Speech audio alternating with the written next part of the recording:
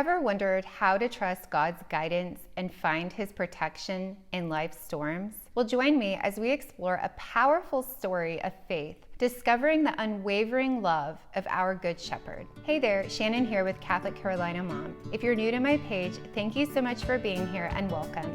I'm a Catholic mom of 5, and I create videos to encourage Catholic moms to know and fully believe that regardless of what you're doing, whether you're decorating your home, raising your kids, or working out, that you can do it fully Catholic and all for God. Okay, so welcome back for day 3 of week 3. So today is Tuesday, which means that we will hear a story again today, but we're hearing from a new author today, and her name is Petite McGrady. And I learned from the bios in the back of the book that she is a wife, a mother, a speaker, and an award-winning author. So that's a lot in and of itself, but she also hosts her own show on the XM Catholic channel, and she hosts a few different podcasts as well. So she's a very busy and faithful woman who I'm sure has lots of wisdom to share with us, not only today, but remember that we're going to hear another story from her later on this week on Thursday. So in today's story, I encourage you to remember the new themes for the week, which are protection and sacrifice. And while you're hearing this story, to try to see where these themes show up and any lessons that Katie is trying to show us through her experience. If you haven't already subscribed to my page, please do that now. And if you are liking these videos, please give this one a thumbs up. Before we get started, please make sure that you have a comfy and quiet place away from distractions and that you also have your journal handy. And if you're wanting to follow along in the book, please have your devotional book with you as well. And let's go ahead and get started. This story today is on pages 50 and 51. Looks like this if you would like to follow along. Story by Petite McGrady. The forecast grew grimmer by the hour. The storm was estimated to be a Category 4, hitting my hometown days before I was due with our second child. My husband, our toddler daughter, and I went to my grandfather's house a couple of hours away and watched the news until the storm came up to us, still a Category 2 when it hit the town to which we'd evacuated. We lost power there for 4 days while waiting for word about the severity of damage back home. I was heartbroken that my 3-year-old didn't get to start preschool, that my plans had been disrupted, that my husband had to coordinate finding roofers and contractors instead of soaking in the last days we had as a family of 3. It felt as if my 9-month pregnant self had been cast into a valley to wander alone, fumbling around in the dark. I lay in bed one night, anxious about the appointment with a brand new doctor who would deliver Claire in just 2 weeks. Fighting sleep in my grandmother's old room, I reached for her rosary sitting on the nightstand. As I thumbed the worn beads and recited the familiar words, a wave of peace washed over me. This is right where you need to be, I sensed God speak in my heart. But I pushed back. In my grandfather's house? Hours away from my roofless home, about to deliver a baby? Sure. In response, I felt God's protection over my whole being because He was here too.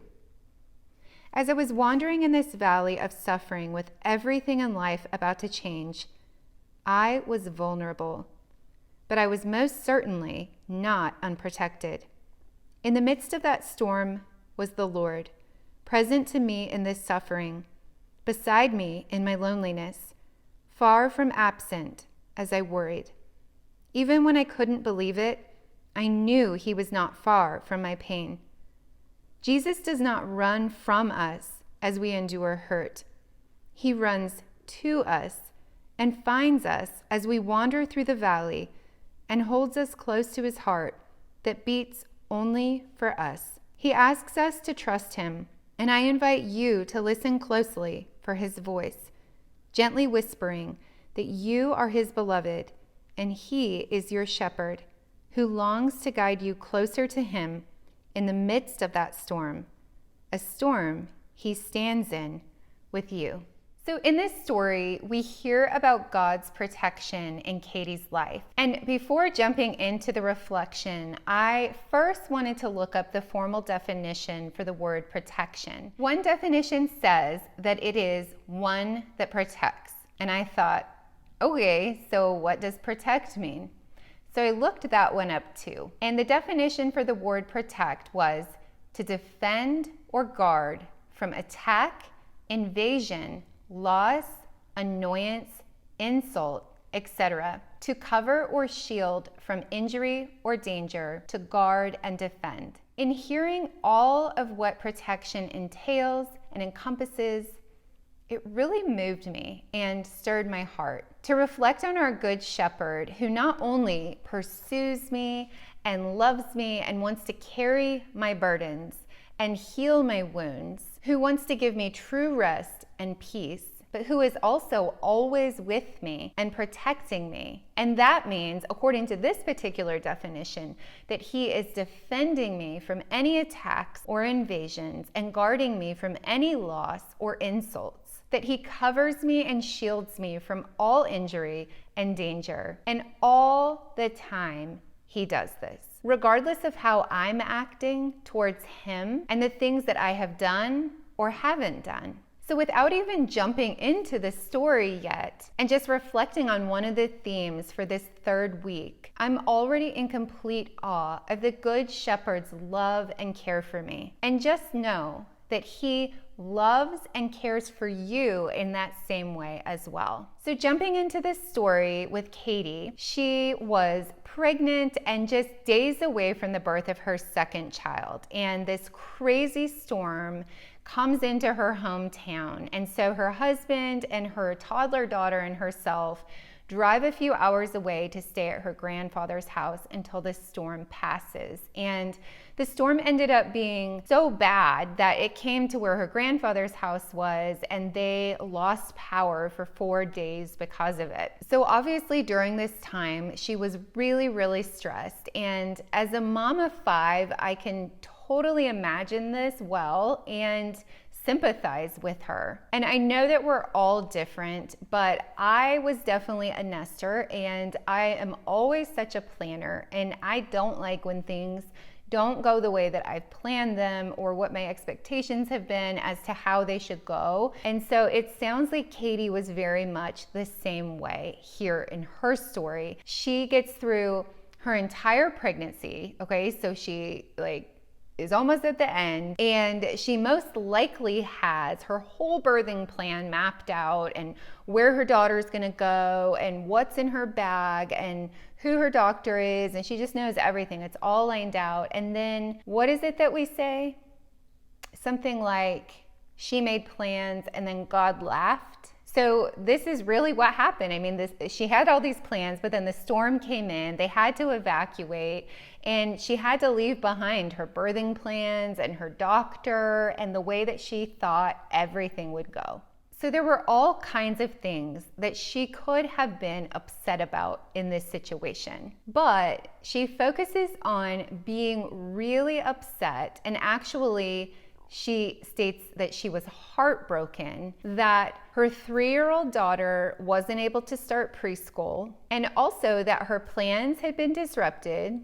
And the third thing she mentions is that instead of being able to spend these last few days as a family of 3, her husband had to instead be on the phone calling roofers and contractors, dealing with her home needing to be repaired from this storm. So we can really look at this from the outside, and we're totally removed, of course. We're not in this situation. And we can think, really?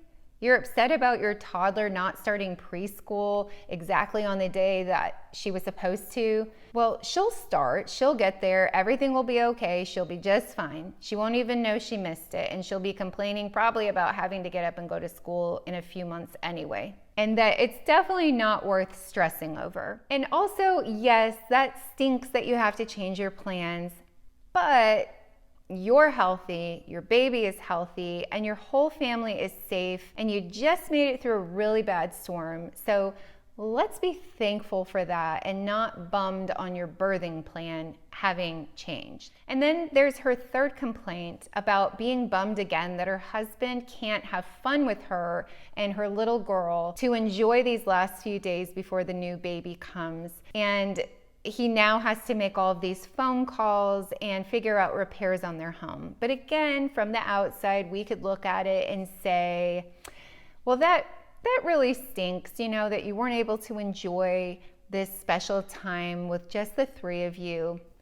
But again, you're all healthy and safe, and at least you have a home to repair and to be able to go home to. So she goes on to say that she felt upset about all of this, that she felt like she had been, quote, cast into a valley to wander alone, fumbling around in the dark, end quote. So here she was sleeping in her grandmother's old room, and she says that she was super anxious, thinking about giving birth in just 2 weeks to her little baby, and she had to have this brand new doctor who she barely knew. And in that moment, she made a really, really good choice. And she saw her grandmother's old rosary on the nightstand, and she grabbed it and she started to pray. And what happened in that moment?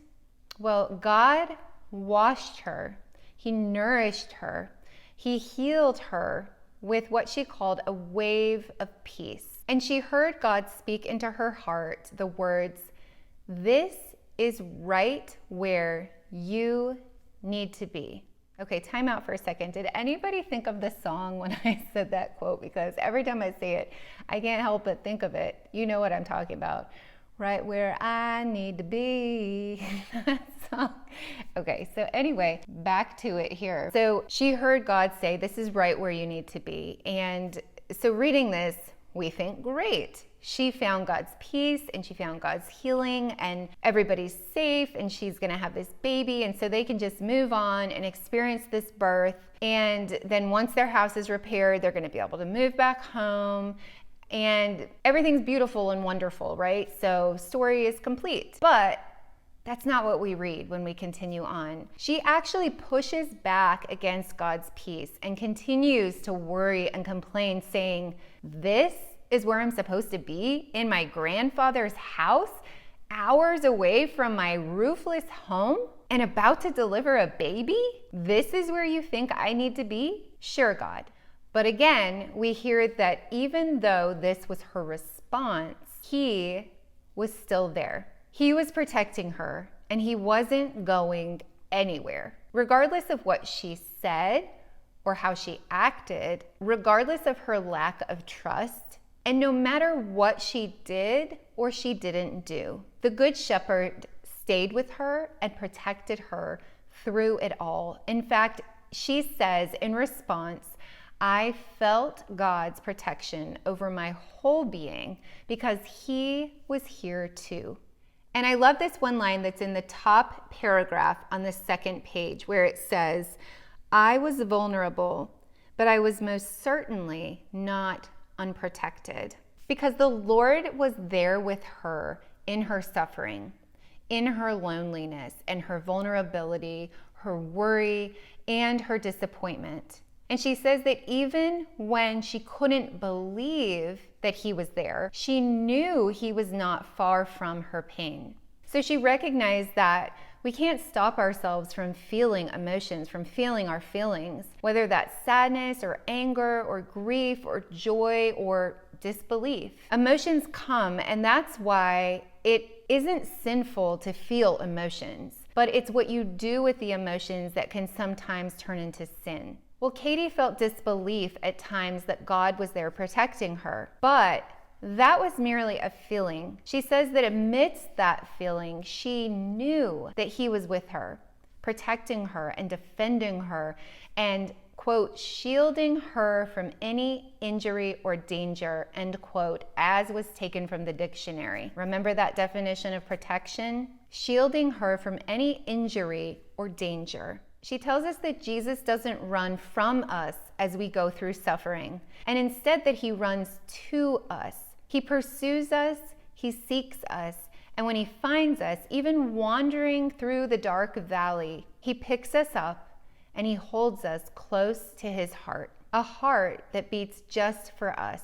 What a beautiful message to remember. And Katie finishes her story today asking you to trust Jesus and to listen closely for his voice, his soft, gentle whisper telling you that you are his beloved and that he is your shepherd who longs to guide you closer to him in the midst of that storm, a storm he stands in with you. So in having reflected on Katie's story from the outside, it was really easy to see her response as an overreaction and even as kind of ungrateful for God's protection of her family and her situation. But we also know that when we are living in a similar situation, it's a very different experience. And as I said, I completely sympathize with her and feel that her feelings were really justified, because I too had to move in the middle of my pregnancy, and I felt the disappointment and the stress and the sadness, and I was really scared of having to leave my doctor who I loved and had complete trust in. And I had to leave all of my family and friends in, I thought, was the worst possible time that we could leave. But it was something really out of my hands. My husband had lost his job and had found a new job that was 6 hours away. So we had to pack up and move right in the middle of this pregnancy. So I really, really get it. I get the feelings that Katie was having in that moment. The thing though is, if we're never presented with situations that are scary or stressful and where we feel feelings of unbelief and doubt, that we'll never be able to have the opportunities to fully trust in God and his goodness and protection and love for us. Because if everything's always perfect and follows our plans to the T, and there's never any disappointments or sufferings, then there's really never any need for trust, right? The deal is, you have to trust someone through a tough time. You have to trust when there's a possibility that something could go wrong. Trust in the midst of feelings that are screaming for you to do otherwise speaks of a genuine trust and love. And that's what Katie experienced through this time in her life. Even though her emotions wanted her to doubt God and be disappointed in him and believe that he had abandoned her and her family, she instead trusted in his goodness and in his love for her, and fully knew and believed that he was there with them through it all. That's the kind of love and trust that we aspire to have, isn't it? So on pages 52 and 53, there are two sets of questions here. And the first set asks, though Jesus didn't stop the storm raging around Katie's home, he did protect and provide for her in loving ways. How have you experienced the protection or provision of the Good Shepherd in your own life, even if it looked different from what you would have wanted? And the second set asks, when have you heard the voice of the shepherd? How do you perceive his presence, especially in times of pain or uncertainty? So earlier in this study, we talked about how God allows sufferings in our lives and how we will experience sadness and grief and disappointment and heartache at times, but that we must trust two things. Number one, we must trust that God will be there with us through it all, and he'll never leave us. And number two, that he will always bring good from it, even when we can't see the good and we don't understand it, and maybe even years later we won't be able to see the good. We will be able to find out from him one day why he allowed that to happen. So these are some wonderful questions to really spend some good time in prayer today with the Good Shepherd, and to look back on the storms of your life and just see where you experience these disappointments, these setbacks, these stresses in your life, and times when you really thought God had abandoned you.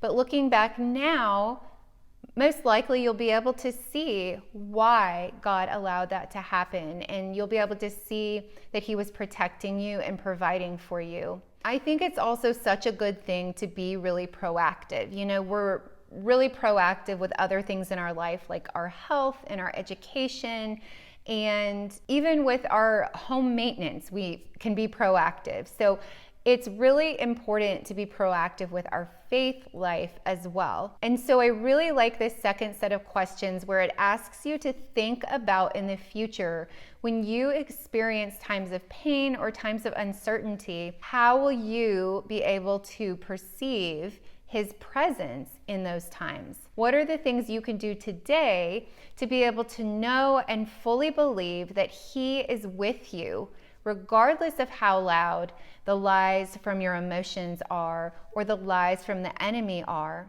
So again, take some good time right after this video is done or later today to really sit with this story and the prompts and questions and just reflect on them and spend some time in prayer talking to God about the storms in your life and how you responded. This is so powerful and wise, and I think there's really an opportunity to grow in your faith from this reflection time today. Please make sure you also write down your reflections in your journal, because I think this will be a really good one to refer back to often. Okay, so for today's song of the day, I chose 2 songs again today, like I had another day previously. There are 2 songs that really fit well with the message from the story today in our conversation. And both songs are from Casting Crowns, and they sing about God's protection through the storms of life, that He's always by your side and that He wants to hold you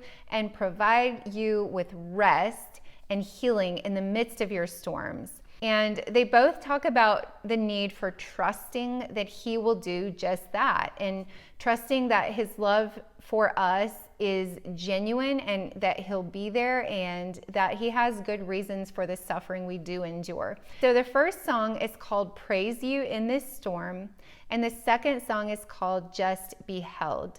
And I really enjoy both of these songs, and I have for a really long time. And so if they're new to you, I'm so excited for you to hear them today. And if you have heard them before, please take the time to watch the videos. They're both lyric videos, and just follow along, read the lyrics, and just really connect with the message of both songs relating to our reading today. So I hope that you enjoyed this story from Katie today, and I cannot wait to hear more of Katie's story on Thursday. Thank you so much for being here with me today. I look forward to spending time with you tomorrow. But until then, remember that whether you're decorating your home, raising your kids, or working out, that you can do it fully Catholic and all for God. Blessings to you, Catholic Mom. See you next time.